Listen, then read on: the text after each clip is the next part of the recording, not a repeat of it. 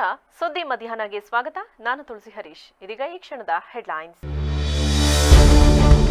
ವಿದ್ಯುತ್ ಗ್ರಾಹಕರಿಗೆ ಮತ್ತೆ ಶಾಕ್ ಕೊಟ್ಟ ಸರ್ಕಾರ. ದರ ಏರಿಕೆ ಮಾಡಿದ ಕೆಇಆರ್ಸಿ. ಏಪ್ರಿಲ್ 1ರಿಂದಲೇ ಹೊಸ ಆದೇಶ ಜಾರಿ.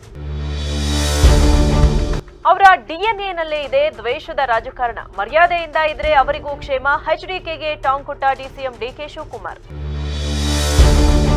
ಮಂಡ್ಯ ಎಂದರೆ ಇಂಡಿಯಾ ಎನ್ನುವ ಮಾತಿದೆ. ಅಧಿಕಾರಕ್ಕಾಗಿ ಚಮಚಾಗಿರಿ ಮಾಡೋರ್ಗೆ ಮಂಡ್ಯ ಜನರ ಬಗ್ಗೆ ಮಾತನಾಡೋ ಯೋಗ್ಯತೆ ಇಲ್ಲ. ಡಿಸಿಎಂ ಡಿಕೆಶಿಗೆ ಆರ್ ಅಶೋಕ್ ಟಾಂಗ್. ಕರ್ನಾಟಕದಲ್ಲಿ ದರ ಏರಿಕೆ ಸರಣಿ ಮುಂದುವರೆದಿದ್ದು ಮತ್ತೆ ವಿದ್ಯುತ್ ದರ ಏರಿಕೆ ಮಾಡಿ ಕರ್ನಾಟಕ ವಿದ್ಯುತ್ ಶಕ್ತಿ ನಿಯಂತ್ರಣ ಆಯೋಗ ಗ್ರಾಹಕರಿಗೆ ಶಾಕ್ ನೀಡಿದೆ. ಹೌದು, ಬೆಲೆ ಏರಿಕೆಯ ಹೊಡೆತದಿಂದ ಕಂಗೆಟ್ಟಿರುವ ರಾಜ್ಯದ ಜನತೆಗೆ ಕರ್ನಾಟಕ ವಿದ್ಯುತ್ ಶಕ್ತಿ ನಿಯಂತ್ರಣ ಆಯೋಗ ಕೂಡ ಶಾಕ್ ನೀಡಿದೆ. ವಿದ್ಯುತ್ ದರ ಪ್ರತಿ ಯೂನಿಟ್ಗೆ 36 ಪೈಸೆ ಹೆಚ್ಚಳ ಮಾಡಲಾಗಿದೆ. ವಿದ್ಯುತ್ ಪ್ರಸರಣ ಮತ್ತು ಎಸ್ಕಾಂ ಸಿಬ್ಬಂದಿ ಪಿಂಚಣಿ ಗ್ರಾಚ್ಯುಟಿಗಾಗಿ ಗ್ರಾಹಕರಿಂದ ವಸೂಲಿಗೆ ಕೆಇಆರ್ಸಿ ಮುಂದಾಗಿದ್ದು ದರ ಹೆಚ್ಚಳದ ಆದೇಶ ಹೊರಡಿಸಿದೆ. ಏಪ್ರಿಲ್ 1ರಿಂದಲೇ ಹೊಸ ಆದೇಶ ಜಾರಿಯಾಗಲಿದೆ. ವಿದ್ಯುತ್ ಪ್ರಸರಣ ಮತ್ತು ಎಸ್ಕಾಂ ಸಿಬ್ಬಂದಿ ಪಿಂಚಣಿ ಗ್ರಾಚ್ಯುಟಿಗಾಗಿ ಗ್ರಾಹಕರಿಂದ ವಸೂಲಿಗೆ ಕೆಇಆರ್ಸಿ ಮುಂದಾಗಿದ್ದು ದರ ಹೆಚ್ಚಳದ ಆದೇಶ ಹೊರಡಿಸಿದೆ. ಏಪ್ರಿಲ್ 1ರಿಂದಲೇ ಹೊಸ ಆದೇಶ ಜಾರಿಯಾಗಲಿದೆ. ಈ ಕುರಿತು ಮಾತನಾಡಿರುವ ಸಚಿವ ಶರಣಪ್ರಕಾಶ್ ಪಾಟೀಲ್, ವಿದ್ಯುತ್ ದರ ಏರಿಕೆಯಿಂದ ಸಾಮಾನ್ಯ ಜನರಿಗೆ ತೊಂದರೆ ಆಗುವುದಿಲ್ಲ. ಗೃಹಜ್ಯೋತಿ ಯೋಜನೆಯಿಂದಾಗಿ ನಷ್ಟ ಆಗಿಲ್ಲ. ಗೃಹಜ್ಯೋತಿ ನಷ್ಟದಿಂದ ವಿದ್ಯುತ್ ದರ ಏರಿಕೆ ಮಾಡಲಾಗಿಲ್ಲ ಎಂದು ಸ್ಪಷ್ಟನೆ ನೀಡಿದರು. ಬಿಡದಿಯ ಕೇತಗಾನಹಳ್ಳಿಯಲ್ಲಿ ಮಾಜಿ ಸಿಎಂ ಹಾಗೂ ಕೇಂದ್ರ ಸಚಿವ ಎಚ್ಡಿ ಕುಮಾರಸ್ವಾಮಿ ಸರ್ಕಾರಿ ಭೂಮಿ ಒತ್ತುವರಿ ಮಾಡಿಕೊಂಡಿದ್ದಾರೆ ಎನ್ನುವ ಆರೋಪ ಕೇಳಿಬಂದಿದ್ದು, ಈ ಹಿನ್ನೆಲೆ ಹೈಕೋರ್ಟ್ ಆದೇಶದಂತೆ ಕಂದಾಯ ಇಲಾಖೆ ಒತ್ತುವರಿ ತೆರವು ಕಾರ್ಯ ಮಾಡುತ್ತಿದೆ. ಒತ್ತುವರಿ ತೆರವಿನ ಬಗ್ಗೆ ಮಾತನಾಡಿದ ಕುಮಾರಸ್ವಾಮಿ, ಇದು ಕಾಂಗ್ರೆಸ್ಸಿನ ದ್ವೇಷದ ರಾಜಕಾರಣ ಎಂದಿದ್ರು. ಕುಮಾರಸ್ವಾಮಿ ಆರೋಪಕ್ಕೆ ಡಿಸಿಎಂ ಡಿಕೆ ಶಿವಕುಮಾರ್ ತಿರುಗೇಟು ನೀಡಿದ್ದಾರೆ. ಬೆಂಗಳೂರಿನ ವಿಧಾನಸೌಧದಲ್ಲಿ ಮಾತನಾಡಿದ ಡಿಕೆ ಶಿವಕುಮಾರ್, ಇಲ್ಲಿ ದ್ವೇಷದ ರಾಜಕಾರಣ ಇಲ್ಲ. ಎಚ್ಡಿ ಕುಮಾರಸ್ವಾಮಿ ಅವರು ಭೂಮಿ ಒತ್ತುವರಿ ತೆರವು ವಿಚಾರವನ್ನ ದ್ವೇಷದ ರಾಜಕಾರಣ ಅಂತ ಹೇಳ್ತಿದ್ದಾರೆ. ಇಡೀ ಎಲ್ಲರಿಗೂ ಗೊತ್ತಿರುವ ಸಂಸ್ಥೆ. ನಾವೇನಾದ್ರೂ ಅವರಿಗೆ ಕೇಸ್ ಹಾಕಿ ಅಂತ ಹೇಳಿದ್ದೇವ? 15ರಿಂದ 20 ವರ್ಷದಿಂದ ಆ ಹಿರೇಮಠ ನನ್ನ ಮೇಲೆ ಕೇಸ್ ಹಾಕಿದ್ದಾರೆ, ಅವರ ಮೇಲೂ ಕೇಸ್ ಹಾಕಿದ್ದಾರೆ. ಕುಮಾರಸ್ವಾಮಿ ಅವರು ಯಾಕೆ ಗಾಬರಿ ಪಡ್ತಿದ್ದಾರೆ? ಸಿದ್ದರಾಮಯ್ಯ ಅವರು ಯಾಕೆ ದ್ವೇಷ ಮಾಡ್ತಾರೆ? ನಾವು ಏನು ಮಾಡಿದ್ವಿ? ದ್ವೇಷದ ರಾಜಕಾರಣ ಅವರ ಡಿಎನ್ಎನಲ್ಲೇ ಇದೆ. ಅವರಪ್ಪ ಮೈಸೂರಿನಲ್ಲಿ ಏನೇನೋ ಮಾಡಿದ್ದಾರೆ, ಬೇರೆ ಕಡೆ ಏನೇನೋ ಮಾಡಿದ್ರು ಗೊತ್ತಾ? ಅವರ ತಂದೆ ಏನೆಲ್ಲ ಮಾಡಿದ್ದಾರೆ? ನನ್ನ ಮೇಲೆ ಏನೇನೋ ಕೇಸ್ ಹಾಕಿಸಿದ್ರು. ನನ್ನ ತಂಗಿ, ನನ್ನ ಹೆಂಡತಿ, ನನ್ನ ತಮ್ಮ ಯಾರನ್ನೂ ಬಿಡದೆ ಕೇಸ್ ಹಾಕಿದ್ರು. ನಾವು ಕಳ್ಳತನ ಮಾಡಿದ್ದೇವಾ? ನಮಗೂ ಬಳ್ಳಾರಿಗೂ ಸಂಬಂಧ ಇಲ್ಲ. ಅವರೇ ನಮ್ಮ ಮೇಲೆ ಕೇಸ್ ಹಾಕಿಸಿದ್ರಲ್ವಾ? ಅದು ಅವರ ದ್ವೇಷ ಅಷ್ಟೇ. ಆಮೇಲೆ ಏನಾಯ್ತು ಅಂತ ಜೊತೆಯಲ್ಲಿ ಸರ್ಕಾರ ಮಾಡಿದ್ವು. ಮರ್ಯಾದೆಯಿಂದ ಇದ್ರೆ ಅವರಿಗೂ ಕ್ಷೇಮ. ರಾಮನಗರ ಹೆಸರು ಬದಲಾಗಬಾರದು ಅಂತ ಯಾರನ್ನ ಭೇಟಿ ಮಾಡಿದ್ರು ಗೊತ್ತು, ಏನ್ ಮಾಡಿದ್ರು ಅನ್ನೋದು ನನಗೂ ಗೊತ್ತು ಎಂದರು. ನಾವೇನಾದ್ರು ಕೇಸ್ ಹಾಕಿದ್ವಾ? 15-20 ವರ್ಷದಿಂದ ಅವರು ನನ್ನ ಮೇಲೂ ಹಾಕಿದ್ದಾರೆ ಕೇಸು. ಯಾರು? ಆ ಹಿರೇಮಠ ಅವ್ರ ಮೇಲೂ ಕೇಸ್ ಹಾಕಿದ್ದಾರೆ. ಕುಮಾರಸ್ವಾಮಿ ಯಾಕೆ ಗಾಬರಿ ಮಾಡ್ಕೋಬೇಕು? ಏನ್ ದ್ವೇಷದ ರಾಜಕಾರಣ ಮಾಡ್ತಾರೆ? ಕೋರ್ಟ್ ಆಫೀಸರ್ಸ್ಗೆ ಡೈರೆಕ್ಷನ್ಸ್ ಕೊಟ್ಟಿದ್ದಾರೆ. ಹಿಂದೇನು ಕೂಡ ಎಲ್ಲ ಆಫೀಸರ್ಸ್ ಲೋಕಾಯುಕ್ತಲೆಲ್ಲ ಕೇಸ್ ನಡೆದಿದ್ದು ನನ್ಗೆ ನೆನ್ಪುಂಟು, ನಂಗೆ ಡೀಟೇಲ್ ಗೊತ್ತಿಲ್ಲ ನಂಗೆ. ಸೊ ಹಾಕಿದ್ದಾರೆ. ಸಿದ್ದರಾಮಯ್ಯ ಏನ್ ದ್ವೇಷ ಮಾಡ್ತಾರೆ, ನಾವೇನ್ ದ್ವೇಷ ಮಾಡ್ತೀವಿ? ದ್ವೇಷ ರಾಜಕಾರಣ ಅಡಗಿರೋದು ಅವರ ಡಿಎನ್ಎಲ್ಲಿ. ಅವೆಲ್ಲ ನನ್ನ ಪಟ್ಟಿಗಳೆಲ್ಲ ಏನೇನು ಅಸ್ಸಾಂ ಮೈಸೂರಲ್ಲಿ ಏನೇನು ಮಾತಾಡಿದ್ರು, ಬೇರೆ ಕಡೆ ಏನೇನು ಮಾತಾಡಿದ್ರು, ಅವ್ರ ತಂದೆ ಏನೇನು ಮಾತಾಡಿದ್ರು, ನನ್ನ ಮೇಲೆ ಏನೇನು ಕೇಸ್ ಹಾಕ್ಸಿದ್ರು, ನನ್ನ ತಂಗಿ ಮೇಲೆ, ನನ್ನ ಹೆಂಡತಿ ಮೇಲೆ, ನನ್ನ ತಮ್ಮನ ಮೇಲೆಲ್ಲ ಅದ್ರೂ ಕಳ್ತನ ಮಾಡಿದ್ವಿ. ನಮಗೂ ಬಳ್ಳಾರಿಗೂ ಸಂಬಂಧ ಇಲ್ಲ. ಮಾಡ್ಸಿರ್ಲಿಲ್ವಾ? ಅವ್ರದೆಲ್ಲ ದ್ವೇಷ. ಸುಮ್ನೆ ನಾವ್ ಆಯ್ತು ಅಂದ್ಬಿಟ್ಟು ಜೊತೆಗೆ ಸರ್ಕಾರ ಮಾಡಿದ್ವಿ. ಸುಮ್ನೆ ಮರ್ಯಾದೆಗಿದ್ರೆ ಅವ್ರಿಗೂ ಕ್ಷೇಮ ಆಯ್ತು. ಈಗ ರಾಮನಗರ ಹೆಸರು ಬರಬಾರ್ದು ಅಂತ ಹೇಳ್ಬಿಟ್ಟು ಯಾರನ್ನ ಭೇಟಿ ಮಾಡಿದ್ರು ಅಂತ ಗೊತ್ತು, ಏನ್ ಮಾಡಿದ್ರು ಅಂತ. ಕಾನೂನಲ್ಲಿ I am telling you, constitution ಅಲ್ಲಿ ಯಾರು ಕೇಳೋಂತ ಅವಶ್ಯಕತೆ ಇಲ್ಲ. ಏನೋ ಇನ್ಫಾರ್ಮ್ ಮಾಡಬೇಕು, ಒಂದು ಸರ್ಕ್ಯುಲರ್ ಇತ್ತು, ಅದಕ್ಕೆ ಇನ್ಫಾರ್ಮ್ ಮಾಡಿದಾರೆ ಅಷ್ಟೇ. ನಮ್ಗೆ ಅದನ್ನ ಮಾಡೋದು ಹೆಂಗೆ ಅಂತ ಗೊತ್ತು ನಮ್ಗೆ. ರಾಮನಗರ ಜಿಲ್ಲೆನ ಯಾವ ರೀತಿ ಬದಲಾವಣೆ ಮಾಡಬೇಕು ಅಂತ ನಮ್ಗೆ ಗೊತ್ತಿದೆ, ನಾವು ಮಾಡ್ತೀವಿ. ಅದು ಒಳ್ಳೆ ಸುದ್ದಿ. ಇದು ರಿಯಲ್ ಎಸ್ಟೇಟ್ ಇದಕ್ಕೆಲ್ಲ ಬದಲಾಯಿಸಕ್ ಹೋಗಿದ್ರು. ಹೌದು, ರಿಯಲ್ ಎಸ್ಟೇಟ್ಗೆನೆ ನಮ್ ಬೆಂಗಳೂರು ಜನ ಏನು, ನಮ್ ಕನಕಪುರ ಜನಕ್ಕೇನು ಚನ್ನಪಟ್ಟ, ರಾಮನಗರ, ಮಾಗಡಿ ಇವ್ರಿಗೆಲ್ಲ ಎಲ್ಲ ಅನುಕೂಲ ಆಗ್ಬಾರ್ದಾ? ನಿಂಗ್ ಮಾತ್ರ. ನೀವ್ ಯಾಕೆ ಬಂದ್ರಿ ಅಲ್ಲಿಂದ ಬೆಂಗಳೂರಿಗೆ? ನಮ್ದು ಬೆಂಗಳೂರು ಜಿಲ್ಲೆ ರೀ, ನಮ್ ಜನ ಬದುಕ್ಲಿ ರೀ. ಐ ಆಮ್ ಫಾರ್ ಬೆಂಗಳೂರು ಜಿಲ್ಲೆ ಜನ. ರಾಜ್ಯದಲ್ಲಿ ನಮ್ ಜಿಲ್ಲೆ ಎಲ್ಲ ಆಸ್ತಿಗಳು ನಮ್ ಜಿಲ್ಲೆ ಜನದ ಆಸ್ತಿ ಹೋಗಿದೆ. ಅಧಿಕಾರಕ್ಕಾಗಿ ಹೈಕಮಾಂಡ್ ನಾಯಕರ ಬಳಿ ಚಮಚಾಗಿರಿ, ಗುಲಾಮಗಿರಿ ಮಾಡುತ್ತಿರುವವರಿಗೆ ಸ್ವಾಭಿಮಾನಿ ಮಂಡ್ಯದ ಜನರ ಬಗ್ಗೆ ಮಾತನಾಡುವ ಯೋಗ್ಯತೆ ಇಲ್ಲ, ಅರ್ಹತೆಯೂ ಇಲ್ಲ ಎಂದು ವಿಪಕ್ಷ ನಾಯಕ R Ashok DCM DK Shivakumar ವಿರುದ್ಧ ಆಕ್ರೋಶ ಹೊರಹಾಕಿದ್ದಾರೆ. ಡಿಕೆ ಶಿವಕುಮಾರ್ ಅವರ ಮಂಡ್ಯದ ಛತ್ರಿಗಳ ಆಟ ನಿಲ್ಲಿಸಿ ಎಂಬ ಹೇಳಿಕೆ ವಿಚಾರವಾಗಿ ಅವರು ಎಕ್ಸ್ನಲ್ಲಿ ಪ್ರತಿಕ್ರಿಯಿಸಿರುವ ಆರ್ ಅಶೋಕ್, ಮಂಡ್ಯ ಎಂದರೆ ಇಂಡಿಯಾ ಎನ್ನುವ ಮಾತಿದೆ. ಮಂಡ್ಯದ ಜನತೆಯು ಸ್ವಾಭಿಮಾನಕ್ಕೆ ಧಕ್ಕೆ ತರುವ ಮಾತನಾಡಿದರೆ ಅಡ್ರೆಸ್ ಇಲ್ಲದಂತಾಗುತ್ತೀರಿ. ಹುಷಾರ್. ಬೆಂಗಳೂರಿನ ಅರಮನೆ ಮೈದಾನದಲ್ಲಿ ಮಾರ್ಚ್ 17ರಂದು ನಡೆದ ಯೂತ್ ಕಾಂಗ್ರೆಸ್ ಅಧ್ಯಕ್ಷರ ಪದಗ್ರಹಣ ಕಾರ್ಯಕ್ರಮದಲ್ಲಿ ಡಿಕೆಶಿ ಮಾತನಾಡಿದರು. ಈ ವೇಳೆ ಮಂಡ್ಯದವರು ಛತ್ರಿಗಳು ಎಂಬ ಪದವನ್ನು ಅವರು ಬಳಸಿದರು. ಕಾರ್ಯಕ್ರಮದಲ್ಲಿ ಡಿಸಿಎಂ ಮಾತನಾಡುತ್ತಿದ್ದಾಗ ಜನ ಫಲಕ ಹಾಗೂ ಬಾವುಟಗಳನ್ನು ಪ್ರದರ್ಶಿಸಿದರು. ಈ ವೇಳೆ ಸಿಟ್ಟಾದ ಅವರು ಅದೆಲ್ಲ ಕೆಳಗಿಳಿಸಿ ನಿಮ್ಮ ಮಂಡ್ಯದವರ ಛತ್ರಿಗಳ ಆಟ ನಿಲ್ಲಿಸಿ ಎಂದು ಗದರಿಸಿದರು. ಈ ಹೇಳಿಕೆಗೆ ಜಿಲ್ಲೆಯಲ್ಲಿ ಭಾರೀ ಆಕ್ರೋಶ ವ್ಯಕ್ತವಾಗಿದೆ. ಜಿಲ್ಲೆ ಜನರಿಗೆ ಡಿಕೆಶಿ ಅವಮಾನ ಮಾಡಿದ್ದಾರೆ. ಮಂಡ್ಯ ಜನರ ಅಭಿಕ್ಷೆಯಿಂದ ಕಾಂಗ್ರೆಸ್ ಅಧಿಕಾರ ಸಿಕ್ಕಿದೆ. 7ರಲ್ಲಿ 5 ಕ್ಷೇತ್ರಗಳು ಕಾಂಗ್ರೆಸ್ ಶಾಸಕರ ಆಯ್ಕೆಯಾಗಿದ್ದಾರೆ ಎಂದು ಸಾಮಾಜಿಕ ಜಾಲತಾಣಗಳಲ್ಲಿ ಜನ ಡಿಕೆಶಿ ವಿರುದ್ಧ ತೀವ್ರ ಆಕ್ರೋಶ ಹೊರಹಾಕಿದ್ದಾರೆ. ಅಧಿಕಾರಕ್ಕಾಗಿ ಮಂಡ್ಯ ಜನರ ಬಳಿ ಬಂದು ಪೆನ್ನು ಪೇಪರ್ ಕೊಡಿ ಎಂದು ಅಂಗಲಾಚಿದ್ದು ಮರೆತು ಹೋಯ್ತಾ ಡಿಸಿಎಂ ಅವರೇ? ಮಂಡ್ಯದವರು ಸಿಎಂ ಆಗಿದ್ದಾಗ ಅವರ ಕಾಲಿಗೆ ಬಿದ್ದು ಬೆಳೆದವರು ನೀವು. ಇಂತಹ ದುರಂಕಾರಿಗೆ ಸರಿಯಾದ ಬುದ್ಧಿ ಕಲಿಸಬೇಕು, ಅವರು ಕ್ಷಮೆ ಕೇಳಬೇಕು ಎಂದು ಜನ ಆಗ್ರಹಿಸಿದ್ದಾರೆ. ಕಾಡಾನೆ ಸಮಸ್ಯೆಯಿಂದಾಗಿ ಹಾಸನ ಜಿಲ್ಲೆಯ ಬೇಲೂರು ಹಾಗೂ ಸಕಲೇಶಪುರದ ರೈತರು ನಲುಗಿ ಹೋಗಿದ್ದು, ಕೂಡಲೇ ಕೇಂದ್ರ ರೈತರ ನೆರವಿಗೆ ಧಾವಿಸಬೇಕೆಂದು ಸಂಸದ ಶ್ರೇಯಸ್ ಪಟೇಲ್ ಆಡಳಿತಾರೂಢ ಎನ್ಡಿಎ ಸರ್ಕಾರಕ್ಕೆ ಮನವಿ ಮಾಡಿದ್ದಾರೆ. ಬುಧವಾರ ಸಂಸತ್ ಅಧಿವೇಶನದಲ್ಲಿ ತಮಗೆ ಸಿಕ್ಕ ಅಲ್ಪ ಸಮಯದಲ್ಲಿಯೇ ಕಾಡಾನೆ ಸಮಸ್ಯೆಯ ಬಗ್ಗೆ ಸರ್ಕಾರದ ಗಮನ ಸೆಳೆಯಲು ಪ್ರಯತ್ನಿಸಿದ ಸಂಸದ ಶ್ರೇಯಸ್, ಜಿಲ್ಲೆಯ ಬೇಲೂರು ಹಾಗೂ ಸಕಲೇಶಪುರದಲ್ಲಿ ಕಾಡಾನೆ ಸಮಸ್ಯೆ ಕೈಮೀರಿದ್ದು ಕಳೆದ 25 ವರ್ಷಗಳಲ್ಲಿ 80ಕ್ಕೂ ಅಧಿಕ ಜನರು ಕಾಡಾನೆ ಹಾವಳಿಯಿಂದ ಮೃತಪಟ್ಟಿದ್ದಾರೆ. ರೈತರು ಬೆಳೆಗಳನ್ನು ಬೆಳೆಯಲಾಗದೆ ಕಾಡಾನೆ ಹಾವಳಿಯಿಂದ ತಮ್ಮ ಜೀವವನ್ನು ಉಳಿಸಿಕೊಳ್ಳಲು ಪರಿತಪಿಸುತ್ತಿದ್ದಾರೆ. ಕಾಡಾನೆಗಳ ಸ್ಥಳಾಂತರ ತಾತ್ಕಾಲಿಕ ಕಾರ್ಯವಾಗಿದ್ದು ಕೇಂದ್ರ ಸರ್ಕಾರ ಇದಕ್ಕೆ ಶಾಶ್ವತ ಪರಿಹಾರವನ್ನು ಒದಗಿಸಬೇಕೆಂದು ಕೇಳಿಕೊಂಡರು. ಕಾಡಾನೆ ಹಾವಳಿ ತಪ್ಪಿಸಲು ವಿಶೇಷ ಅನುದಾನವನ್ನ ಎನ್ಡಿಆರ್ಎಸ್ ನಿಧಿ ಅಡಿಯಲ್ಲಿ ನೀಡುವಂತೆ ಸಂಸದರು ಇದೇ ವೇಳೆ ವಿನಂತಿಸಿದರಲ್ಲದೆ ಅರಣ್ಯ ಇಲಾಖೆ ಮೂಲಕ ಶಾಶ್ವತ ಕ್ರಮಕ್ಕೆ ಕೇಂದ್ರಕ್ಕೆ ಆಗ್ರಹಿಸಿದರು. माननीय सदस्य श्री श्रेयस एम पटेल जी।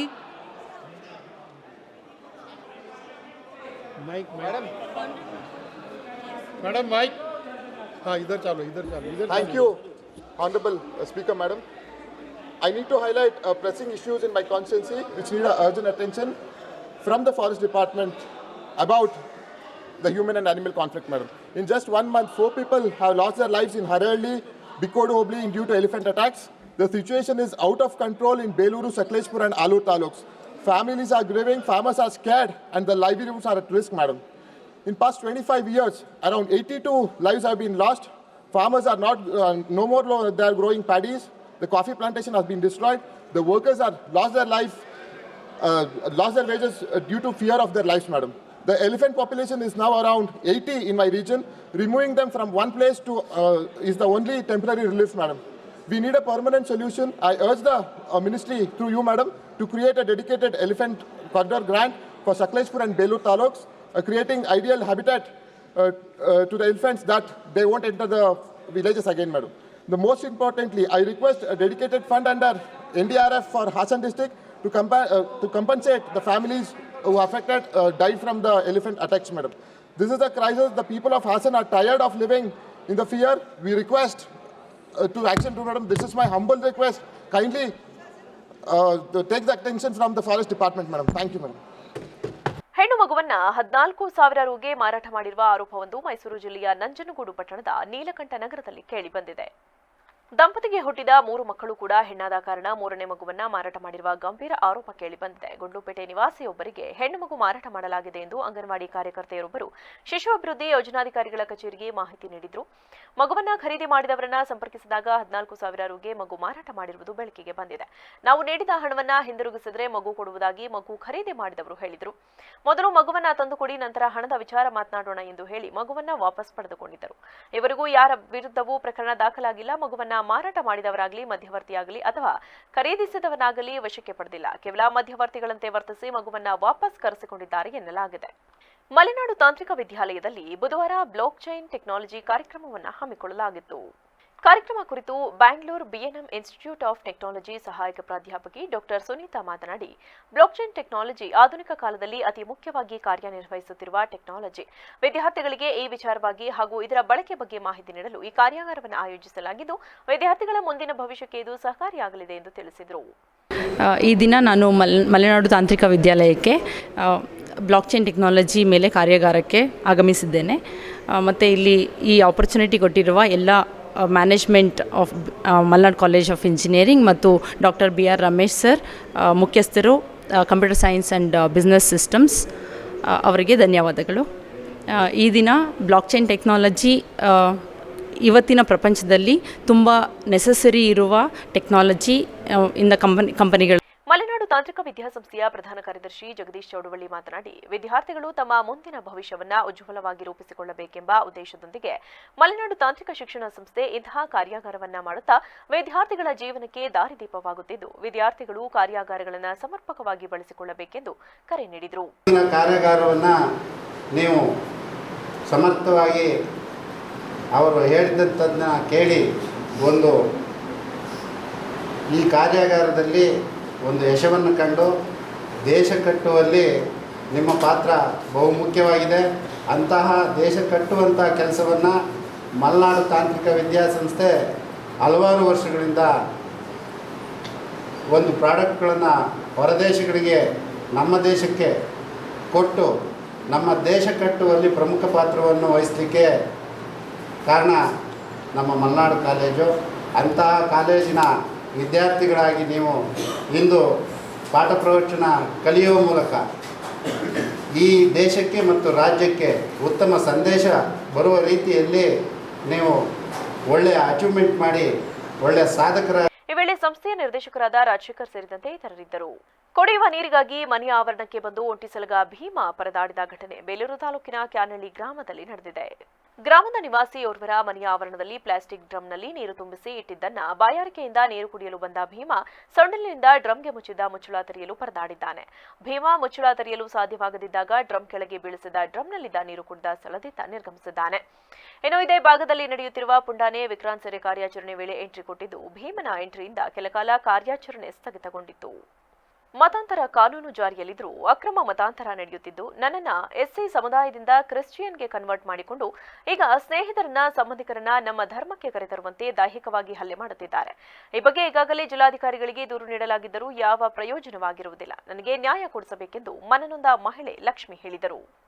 ನಗರದ ಜಿಲ್ಲಾಧಿಕಾರಿ ಕಚೇರಿ ಬಳಿ ಮಾಧ್ಯಮದೊಂದಿಗೆ ಮಾತನಾಡಿದ ಅವರು, ನಾನು ಕಳೆದ 26 ವರ್ಷಗಳಿಂದ ಸಿಎಸ್ಐ ಚರ್ಚ್ನಲ್ಲಿ ಯೇಸುವಿಗೆ ಕನ್ವರ್ಟ್ ಆಗಿದ್ದು, ರೋಮನ್ ಕ್ಯಾಥಲಿಕ್ಗೆ 2 ವರ್ಷ ಸಭೆಗೆ ಸೇರಿಕೊಂಡಿದ್ದೇನೆ. ಮೊದಲಿಗೆ ಎಲ್ಲವೂ ಸರಿಯಾಗಿ ನಡೆಯುತ್ತಿತ್ತು. ಆದರೆ ಸುಮಾರು 1 ತಿಂಗಳಿನಿಂದ ಅಲ್ಲಿಯ ರೋಮನ್ ಕ್ಯಾಥಲಿಕ್ ಪಾದ್ರಿಗಳು ಅಕ್ಕಪಕ್ಕದ ಜನರನ್ನ, ಸ್ನೇಹಿತರನ್ನ, ಸಂಬಂಧಿಕರನ್ನ ತಮ್ಮ ಸಭೆಗೆ, ತಮ್ಮ ಧರ್ಮಕ್ಕೆ ಕರೆತಂದು ಸೇರಿಸಬೇಕು ಎಂದು ತೊಂದರೆ ಕೊಡುತ್ತಿದ್ದಾರೆ. ಅಲ್ಲದೆ ಈಗ ನನ್ನ ಮೇಲೆ ಹಲ್ಲೆ ಹಾಗೂ ಹಿಂಸೆಯನ್ನ ನೀಡುತ್ತಿದ್ದು, ದಿನೇ ದಿನೇ ನಾನು ಭಯದಿಂದ ಜೀವನ ನಡೆಸುವಂತಾಗಿದೆ. ಆದ್ದರಿಂದ ಇವರ ವಿರುದ್ಧ ಕ್ರಮ ಕೈಗೊಳ್ಳಬೇಕು ಹಾಗೂ ನನಗೆ ನ್ಯಾಯ ಒದಗಿಸಬೇಕೆಂದು ಮನವಿ ಮಾಡಿದರು. ಈ ಸಂದರ್ಭದಲ್ಲಿ ಹಿಂದೂ ಜಾಗರಣ ವೇದಿಕೆ ಜಿಲ್ಲಾ ಸಂಯೋಜಕ ಲೋಕೇಶ್, ಬಿಜೆಪಿ ಮುಖಂಡರಾದ ವೇಣುಗೋಪಾಲ್ ಸೇರಿದಂತೆ ಇತರರು ಉಪಸ್ಥಿತರಿದ್ದರು. 8 ವರ್ಷದಿಂದ ನಾನು ಚರ್ಚಲ್ಲಿ ಕೂತಿದ್ದೀನಿ ಸರ್. ಆದರೆ ನನಗೆ ಗೊತ್ತಿಲ್ಲ ನಾನು ಇವರೆಲ್ಲ ಹಿಂಗೆ ಮಾಡ್ತಾರೆ ಅಂತ. 18 ವರ್ಷದಿಂದ ಕೂತಿರುವಾಗ ಇಷ್ಟು ವರ್ಷ ಏನು ಮಾಡಿಲ್ಲ ಸರ್. ಈಗ 3 ವರ್ಷದಿಂದ ಇವರು ನಿಮ್ಮನ್ನು ಊರವ್ರ ಮನೆಯವ್ರನ್ನೆಲ್ಲ ಕರ್ಕೊಬಂದು ಸೇರಿಸಿ ಮಾಡಿ ಮಟ್ಟಿ ಅಂತ ಹೇಳ್ತಿದ್ದಾರೆ. ಆದರೆ ನನಗೆ ಅಲ್ಲಿ ದೇವರು ಆರಿಸ್ಕೊಂಡು ನನಗೊಂದು ಸೇವೆ ಅಂತ ಕೊಟ್ಟಿದ್ದಾರೆ. ಆ ಸೇವೆ ಕೊಡಬೇಕಲ್ಲ ಇವರು, ಅದಕ್ಕೋಸ್ಕರ ನಿಮ್ಮೂರು ಮನೆಯವ್ರಂತಂದು ಸೇರಿಸಿ, ಅಕ್ಕ ತಂಗಿಯರನ್ನು ಸೇರಿಸಿ, ನಿಮ್ಮ ಮಕ್ಕಳನ್ನ ಸೇರಿಸಿ ಅಂತೇಳಿ ಅವರು ಸ್ವತಂತ್ರದಲ್ಲಿ ಅವರಿದ್ದಾರೆ ಸರ್. ಅವ್ರಿಗೆ ಬರೋಕ್ಕೆ ಇಷ್ಟ ಇಲ್ಲ. ನಾನು ಗೊತ್ತಿಲ್ಲದೇ ಹೋಗಿ ತಲೆ ಕೊಟ್ಟಿದ್ದೀನಿ. ಆದರೆ ನಾನು ಅನುಭವಿಸ್ತಿದ್ದೀನಿ. ಆದರೆ ಈಗ ನನಗೆ ಅವ್ರು ಹಿಂಸೆ ಪಡಿಸ್ತಾ ಇದ್ದಾರೆ. ಈಗ ನನಗೂ ಅಲ್ಲಿರೋಕ್ಕೆ ಇಷ್ಟ ಇಲ್ಲ. ಹೌದು ಸರ್. ಸರ್ ಇದೇ ಊರಲ್ಲಿ ಸರ್. ಇದೇ CSI ಚರ್ಚ್ ಸರ್. ಅಲ್ಲಿ ಏನು ಮಾಡ್ತಿರ್ಲಿಲ್ಲ. ಅಲ್ಲಿ ಚರ್ಚಿಗೆ ಹೋಗ್ತಿದ್ದೆ, ಮನೆಗೆ ಬರ್ತಿದ್ದೆ ಸರ್. ಹೌದು ಸರ್. ಈಗ ಏನಾಗಬೇಕು ಅಂದರೆ ದೇವರು ನನಗೆ ಒಲ್ದಿದ್ದಾರೆ. ಒಂದು ರೋಗ ಬಂದಿತ್ತು, ಕ್ಯಾನ್ಸರ್ ರೋಗ ಅಂತ. ಆ ರೋಗ ದೇವ್ರನ್ನ ಗುಣಪಡಿಸಿಬಿಟ್ಟು ನೀನು ನನ್ನ ಸೇವೆ ಮಾಡು ಅಂತ ಹೇಳಿದರು. ಇವರಿಷ್ಟು 16 ವರ್ಷ ಬಾಳಿಕೆ ಬರುವಂತೆ ಗುತ್ತಿಗೆದಾರರು ಗುಣಮಟ್ಟದ ಕಾಮಗಾರಿ ನಡೆಸಬೇಕೆಂದು ಪುರಸಭಾಧ್ಯಕ್ಷ ಅಶೋಕ್ ಸೂಚಿಸಿದರು. ಮುಖ್ಯ ರಸ್ತೆಯಿಂದ ಹೊಳೆಬೀದಿಗೆ ಸಂಪರ್ಕ ಕಲ್ಪಿಸುವ ಪಪ್ಲಿ ಬೀದಿ ರಸ್ತೆಯ ಕಾಂಕ್ರೀಟ್ ಕಾಮಗಾರಿಯನ್ನ ಪರಿಶೀಲನೆ ನಡೆಸಿ ಮಾತನಾಡಿದ ಅವರು, 13 ಲಕ್ಷ ವೆಚ್ಚದ SFC ಅನುದಾನದಡಿಯಲ್ಲಿ ಪಪ್ಲಿ ಬೀದಿ, ಹನುಮಂತನಗರ, ಪುರಿಬೆಟ್ಟಿ ಬೀದಿಯಲ್ಲಿ ರಸ್ತೆ ಕಾಮಗಾರಿ ನಡೆಯುತ್ತಿದೆ. ಈ ರಸ್ತೆ ಪೂರ್ಣ ಹದಗೆಟ್ಟಿದ್ದು, ಸ್ಥಳೀಯರು, ಇಲ್ಲಿನ ಸದಸ್ಯರು ಹಲವು ಬಾರಿ ದುರಸ್ತಿಗೆ ಮನವಿ ಮಾಡಿದರ ಫಲವಾಗಿ ಯೋಜನೆ ಅನುದಾನದಿಂದ ಕಾಮಗಾರಿ ನಡೆಯುತ್ತಿದೆ. ಸ್ಥಳೀಯರು ಕಾಮಗಾರಿ ನಡೆಸುವಾಗ ಗಮನ ಹರಿಸಿ ಕಳಪೆ ಕಂಡುಬಂದರೆ ತಡೆದು ಉತ್ತಮ ರೀತಿಯಲ್ಲಿ ನಡೆಸುವಂತೆ ಸೂಚಿಸಬೇಕೆಂದು ತಿಳಿಸಿದರು. ಈ ಸಂದರ್ಭದಲ್ಲಿ ಆರೋಗ್ಯಾಧಿಕಾರಿ ಲೋಹಿತ್ ಸೇರಿದಂತೆ ವಾರ್ಡಿನ ನಿವಾಸಿಗಳಿದ್ದರು. ಪಪ್ಲಿ ಬೀದಿಲಿ ಕಾಂಕ್ರೀಟ್ ರೋಡನ್ನು ಮಾಡುವ ವ್ಯವಸ್ಥೆನ ಮಾಡಿದ್ವಿ. ಏನು ನಮ್ಮ ಕಾಂಟ್ರಾಕ್ಟ್ರು ಈ ಒಂದು ಜಾಗದಲ್ಲಿ 90 ಮೀಟ್ರು ಮತ್ತು ಅಗಲ ಬರೀ 3 ಮೀಟ್ರು ಇರೋದು ಅಂತೇಳಿ ಎಷ್ಟು ಬೇಕೋ ಅಷ್ಟನ್ನು ಮಾತ್ರ ಮಾಡ್ತಾಯಿದ್ರು. ಹಾಗಾಗಿ ನಾನು ಮತ್ತು ನಮ್ಮ ಹೆಲ್ತ್ ಇನ್ಸ್ಪೆಕ್ಟ್ರು ವೀಕ್ಷಣೆಗೆ ಬಂದ ತಕ್ಷಣ ನಾವು ನೋಡಿದಾಗ ಯಾಕೆ ಆ ಕಡೆ ಈ ಕಡೆ ಗ್ಯಾಪು ಅಂತ ಕೇಳಿದಾಗ ನಮ್ಮ ಎಸ್ಟಿಮೇಟಲ್ಲಿ ಇರೋದೇ ಅಷ್ಟು, ನಮಗೆ ಇಷ್ಟನ್ನೇ ಮಾಡೋದು ಅಂತ ಹೇಳಿದಾಗ ನಾನು ಕಾಂಟ್ರಾಕ್ಟನ್ನ ಕರೆಸ್ಕೊಂಡು ಡ್ರೈನ್ ಟು ಡ್ರೈನು ಏನು ಎಕ್ಸಸ್ 1 ಮೀಟ್ರ್ ಇದೆ ಅದನ್ನು ನಮ್ಮ ಇಂಜಿನಿಯರ್ ಅವರಿಗೆ ಫೋನ್ ಮಾಡಿ ಎಕ್ಸಸ್ ಅಮೌಂಟನ್ನು ಇವ್ರಿಗೆ ಹಾಕಿ ಡ್ರೈನ್ ಟು ಡ್ರೈನು ಕೆಲಸ ಮಾಡೋದಕ್ಕೆ ಇವತ್ತು ವ್ಯವಸ್ಥೆ ಮಾಡಿಕೊಟ್ಟಿದ್ದೀವಿ. ಇದು SFC ಗ್ರ್ಯಾಂಟು 13 ಲಕ್ಷದ ಪ್ಯಾಕೇಜು. ಈ ಒಂದು ಪ್ಯಾಕೇಜಲ್ಲಿ ಹನುಮಂತ ನಗರದಲ್ಲಿ ಇರ್ತಕ್ಕಂಥ 16ನೇ ವಾರ್ಡಲ್ಲಿ ಕೆಲಸ ಆಗ್ತಾಯಿದೆ. ಅದೇ ರೀತಿ ಪಪ್ಲಿ ಬೀದಿಲಿ, ಅದೇ ರೀತಿ 23ನೇ ವಾರ್ಡಲ್ಲೂ ಸಹ ಕೆಲಸ ಆಗ್ತಾಯಿದೆ. 13ನೇ ವಾರ್ಡಲ್ಲಿ ಏನು ರೋಡು ಇವತ್ತು ಮಾಡಿಕೊಡ್ತೀವಿ ನೋಡಿ. ಈ ಥರ ಎಲ್ಲ ಸೈಡಿಗೆ ಗಿಡಗಳನ್ನ ಹಾಕೊಂಡಿದ್ರು, ಕಂಬ ನೆಟ್ಟಿದ್ರು, ಇಟ್ಟಿಗೆಗಳನ್ನ ಜೋಡಿಸ್ಕೊಂಡಿದ್ರು. ರೋಡಲ್ಲಿ ಈ ಥರ ನೋಡಿ ತುಳಸಿ ಕಟ್ಟೆ ಕಟ್ಬಿಟ್ಟಿದ್ದಾರೆ. ಈ ಥರ ಕಟ್ಕೊಂಡ್ರೆ ಹೆಂಗೆ ಜನ ರೋಡ್ ಇದು ಇಂಪ್ರೂವ್ಮೆಂಟ್ಸ್ ಆಗುತ್ತೆ ಹೇಳಿ? ಆಯಿತಾ, ಜನಗಳು ಅರಿವು ಮೂಡಿಸ್ಕೋಬೇಕು. ಇಂಥ ಕೆಲಸನ ಮಾಡಬಾರ್ದು. ರೋಡಲ್ಲೆಲ್ಲ ಗಿಡ ಗಂಟೆಗಳನ್ನ ಹಾಕಬಾರ್ದು. ಫುಟ್ಪಾತಲ್ಲಿ ಇರ್ತಕ್ಕಂಥದ್ದು ನಿಮ್ಮ ಮನೆ ಹಿಂಭಾಗನೋ ಇನ್ನೊಂದು ಒಳಗಡೆಲ್ಲೇ ಮಾಡ್ಕೋಬೇಕು. ಅದು ಬಿಟ್ಬಿಟ್ಟು ಮೇನ್ ರೋಡಲ್ಲಿ ಬಂದ್ಬಿಟ್ಟು ಗಿಡ ಹಾಕಿ ಕಂಬ ನೆಟ್ಟಿ ತಿರುಗಾಡೋ ರೋಡಿಗೆ ತೊಂದರೆ ಕೊಟ್ಟರೆ ಸಾರ್ವಜನಿಕರಿಗೆ ತೊಂದರೆ ಆಗುತ್ತೆ. ಅಂಥದ್ದು ಯಾವುದೇ ಇದ್ರೂ ಸಹ ನಾವು ಬಿಡಲ್ಲ. ಸಂಘದ ವ್ಯಾಪ್ತಿಗೆ ಬರುವ ಷೇರುದಾರ ಮತದಾರರು ಸಂಘದ ಅಭಿವೃದ್ಧಿಗೆ ಶ್ರಮಿಸುವ ಹಾಗೂ ಸಹಕಾರ ತತ್ವ ಅರಿತವರಿಗೆ ನಿಮ್ಮ ಮತ ನೀಡಿ ಎಂದು ಜೆಡಿಎಸ್ ಮುಖಂಡ ಗದ್ದೆಹೊಸೂರು ಜಗದೀಶ್ ತಿಳಿಸಿದರು. ಕೇರ್ಪೇಟೆ ತಾಲೂಕಿನ ಅಕ್ಕಿಹೆಬ್ಬಾಳು ಹೋಬಳಿಯ ಮಂದಗೆರೆ ಕೃಷಿ ಪತ್ತಿನ ಸಹಕಾರ ಸಂಘದ ಮುಂದಿನ 5 ವರ್ಷಕ್ಕೆ ನೂತನ ಆಡಳಿತ ಮಂಡಳಿ ನಿರ್ದೇಶಕರ ಸ್ಥಾನಕ್ಕೆ ನಡೆಯುವ ಚುನಾವಣೆಗೆ ಸಾಲಗಾರರಲ್ಲದ ಸಾಮಾನ್ಯ ಕ್ಷೇತ್ರಕ್ಕೆ ಲೋಕೇಶ್ ಏಕೆ ನಾಮಪತ್ರ ಸಲ್ಲಿಸಿದರು. ಈ ವೇಳೆ ಜೆಡಿಎಸ್ ಮುಖಂಡ ಗದ್ದೆಹೊಸೂರು ಜಗದೀಶ್ ಮಾತನಾಡಿ, ಗ್ರಾಮೀಣ ಭಾಗದಲ್ಲಿರುವ ಕೃಷಿ ಪತ್ತಿನ ಸಹಕಾರ ಸಂಘಗಳು ರೈತರ ಬೆನ್ನೆಲುಬಾಗಿವೆ. ಹಾಗಾಗಿ ಸೊಸೈಟಿ ವ್ಯಾಪ್ತಿಗೆ ಬರುವ ಷೇರುದಾರರ ಮತದಾರರು ಜಾಗೃತೆಯಿಂದ ಹಣ ಆಮಿಷಕ್ಕೆ ಒಳಗಾಗದೆ ಸಹಕಾರಿ ವ್ಯವಸ್ಥೆ ಮೈಗೂಡಿಸಿಕೊಂಡಿರುವ ಅಭ್ಯರ್ಥಿಗಳನ್ನು ಆಯ್ಕೆ ಮಾಡಿ ನಿಮ್ಮ ಅಮೂಲ್ಯವಾದ ಮತ ನೀಡಬೇಕೆಂದು ಮನವಿ ಮಾಡಿದರು. ಎಲ್ಲಾನು ಮಾಡ್ತಾ ಇದ್ದಾರೆ, ಮಾಡಲಿ, ಎಲ್ಲ ಒಳ್ಳೇದಾಗಬೇಕು. ಸೊಸೈಟಿಲಿ ಸಿಗೋಂಥ ಸೌಲಭ್ಯಗಳು ಬಡವರಿಗೆ ಬುಡರಿಗೆ ಸಂಘ ದುಡ್ಡು ಕಾಸು ಹಣಕಾಸು ಯಾವುದೇ ಆದ್ರೂ ಓಡಾಡೋಂಥ ಜನಕ್ಕೆ ಮತದಾರರು ಮತ ನೀಡಿ ಅಂತೇಳಿ ಕೇಳ್ಕೊತಾ ಇದ್ದೀನಿ. ಒಳ್ಳೇದಾಗಬೇಕು. ಎಲೆಕ್ಷನ್ ಬರ್ತಾರೆ, ಎಲ್ರಿಗೂ ಒಳ್ಳೇದಾಗಬೇಕು. ಅದ್ರಲ್ಲಿ ಒಳ್ಳೆ ಯಾರಾಗಿ ಅವ್ರು ಒಳ್ಳೆ ಕೆಲಸ ಮಾಡಬೇಕು ಅಂತ ಹೇಳ್ತೀನಿ. ಈ ಸಂದರ್ಭದಲ್ಲಿ ಮುಖಂಡರಾದ ಎಎಸ್ ಲಕ್ಷ್ಮೀನಾರಾಯಣ್, ಗದ್ದೆಹೊಸೂರು ದರ್ಶನ್, ಆಲಿನಹಳ್ಳಿ ನಟರಾಜು, ವಿಠಲ, ಶಿವಕುಮಾರ್, ಸಂಪತ್, ಹೇಮಂತ್, ಸಂದೀಪ್ ಸೇರಿದಂತೆ ಉಪಸ್ಥಿತರಿದ್ದರು. ಮಳವಳ್ಳಿ ತಾಲೂಕಿನ ಟಿ ಕಾಗೇಪುರ ಗ್ರಾಮದ ಗೋಕುಲ ವಿದ್ಯಾಸಂಸ್ಥೆಗೆ ಕರ್ನಾಟಕ ರಾಜ್ಯ ಮಕ್ಕಳ ಹಕ್ಕುಗಳ ಆಯೋಗದ ರಾಜ್ಯಾಧ್ಯಕ್ಷ ನಾಗಣ್ಣಗೌಡ ಹಾಗೂ ತಂಡ ಭೇಟಿ ನೀಡಿ ಪರಿಶೀಲನೆ ನಡೆಸಿದರು. ಹೋಳಿ ಹಬ್ಬದ ಬಾತ್ ತಿಂದು 2 ವಿದ್ಯಾರ್ಥಿ ಸಾವು ಹಾಗೂ 28 ಮಕ್ಕಳು ಅಸ್ವಸ್ಥಗೊಂಡಿರುವ ಹಿನ್ನೆಲೆಯಲ್ಲಿ ಆಯೋಗದ ಭೇಟಿ ನೀಡಿ ಘಟನೆಯ ಬಗ್ಗೆ ಅಧಿಕಾರಿಗಳು ಹಾಗೂ ಸಂಸ್ಥೆಯಿಂದ ಮಾಹಿತಿ ಪಡೆದುಕೊಂಡರು. ಈ ವೇಳೆ ಕರ್ನಾಟಕ ರಾಜ್ಯ ಮಕ್ಕಳ ಹಕ್ಕುಗಳ ಆಯೋಗ ರಾಜ್ಯಾಧ್ಯಕ್ಷ ನಾಗಣ್ಣಗೌಡ ಮಾತನಾಡಿ, ನಾವು ಈ ಸಂಸ್ಥೆಯ ನಿಯಮಗಳನ್ನು ಪರಿಶೀಲನೆ ನಡೆಸಲಾಗುವುದು. ನಮ್ಮ ಆಯೋಗದಿಂದ ಸೊಹಟು ಕೇಸ್ ಹಾಕಲಾಗುತ್ತದೆ. ಎಲ್ಲಿ ವೈಲೇಷನ್ ಆಗಿದೆ ಎಂದು ತಿಳಿದುಕೊಂಡು ಬಳಿಕ ಶಿಸ್ತಿನ ಕ್ರಮದ ಬಗ್ಗೆ ವರದಿಯನ್ನು ಸರ್ಕಾರಕ್ಕೆ ಸಲ್ಲಿಸುತ್ತೇವೆ ಎಂದರು. ಈ ವೇಳೆ ಮೇಘಾಲಯ ಶಿಕ್ಷಣ ಇಲಾಖೆ ಅಧಿಕಾರಿ ಪೀಟರ್ಸನ್ ಹಾಗೂ ಕೈರಸಿನ್ ಟುವೆ ಕ್ಷೇತ್ರ ಶಿಕ್ಷಣಾಧಿಕಾರಿ ಉಮಾಟಿ, ಹೆಚ್ಒ ಡಾಕ್ಟರ್ ವೀರಭದ್ರಪ್ಪ, ಗ್ರಾಮಾಂತರ ಇನ್ಸ್ಪೆಕ್ಟರ್ ಮಹೇಶ್ ಸೇರಿದಂತೆ ಹಲವರಿದ್ದರು. ಸೊ ಅದರಿಂದ ಇನ್ನೂ ನಾವು ನೋಡಿಲ್ಲ, ಪರ್ಮಿಷನ್ ಏನೇನಿದೆ ಅದೆಲ್ಲ ಕೂಡ ನೋಡಿಲ್ಲ. ಜಿಲ್ಲಾಡಳಿತಕ್ಕೂ ಕೂಡ ಹೇಳಿದ್ದೀವಿ. ಪ್ರೊಸೀಜರ್ ಎಲ್ಲೆಲ್ಲಿ ವೈಲೇಷನ್ ಆಗಿದೆ ಅದನ್ನು ಅವರು ನಿಯಮಾನುಸಾರ ಕ್ರಮಕ್ಕೆ ರೆಕಮೆಂಡ್ ಮಾಡಬೇಕು. ನಾವು ಕೂಡ ಸೋಮೋಟೋ ಕೇಸ್ ಹಾಕ್ಲಿಕ್ಕೆ ಹೇಳಿದ್ದೀವಿ. ಸೋಮೋಟೋ ಕೇಸ್ನ ಹಾಕಿ ಯಾವ ಹಂತದಲ್ಲಿ ಯಾರ್ಯಾರ ಜವಾಬ್ದಾರಿಯಲ್ಲಿ ಇದಾಗಿದೆ, ಮಿಸ್ ಆಗಿದೆ, ಪ್ರೊಸೀಜರ್ ಎಲ್ಲಿ ವೈಲೇಟ್ ಆಗಿದೆ, ಯಾರು ಕರ್ತವ್ಯ ಮಾಡಿಲ್ಲ, ಏನು ಓವರ್ಲ್ಯಾಪ್ ಎಲ್ಲ ಆಗಿದೆ ಅದನ್ನು ಗಮನಿಸಿ ಡೆಫಿನೆಟಾಗಿ ನಾವು ಅದ್ರ ಮೇಲೆ ಖಂಡಿತ ಅದನ್ನು ನಾವು ಶಿಫಾರಸು ಕೊಡ್ತೀವಿ. ಅದ್ರ ಮೇಲೆ ಕ್ರಮ ಆಗೇ ಆಗುತ್ತೆ. ಮಲ್ಲಿಕ್ಯಾತನಹಳ್ಳಿ ಬ್ಲಫ್ ರೊಟ್ಟಿಕಟ್ಟೆಗೆ ಸಮರ್ಪಕವಾಗಿ ಸಾರಿಗೆ ಬಸ್ ಸೌಕರ್ಯ ಕಲ್ಪಿಸುವಂತೆ ಹಾಗೂ ಬಸ್ ನಿಲುಗಡೆ ಒತ್ತಾಯಿಸಿ ಕರ್ನಾಟಕ ಪ್ರಾಂತೀಯ ರೈತ ಸಂಘದ ಕಾರ್ಯಕರ್ತರು ಹಾಗೂ ಗ್ರಾಮಸ್ಥರು ಮಳವಳ್ಳಿ ಪಟ್ಟಣದ ಕೆಎಸ್ಆರ್ಟಿಸಿ ಡಿಪೋಗೆ ತೆರಳಿ ಮನವಿ ಸಲ್ಲಿಸಿದರು. ಈ ವೇಳೆ ಪ್ರಾಂತ ರೈತ ಸಂಘದ ಪ್ರಧಾನ ಕಾರ್ಯದರ್ಶಿ ಲಿಂಗರಾಜಮೂರ್ತಿ ಮಾತನಾಡಿ, ಗಗನಚುಕ್ಕಿ ಜಲಪಾತ ಪ್ರವಾಸಿ ತಾಣ ಜೊತೆಗೆ ಏಷ್ಯಾದಲ್ಲೇ ಪ್ರಥಮ ಬಾರಿಗೆ ಜಲವಿದ್ಯುತ್ ಸ್ಥಾಪನೆ ಕೇಂದ್ರಕ್ಕೆ ಇವರಿಗೆ ಸರಿಯಾದ ಬಸ್ ಸೌಲಭ್ಯವಿಲ್ಲ.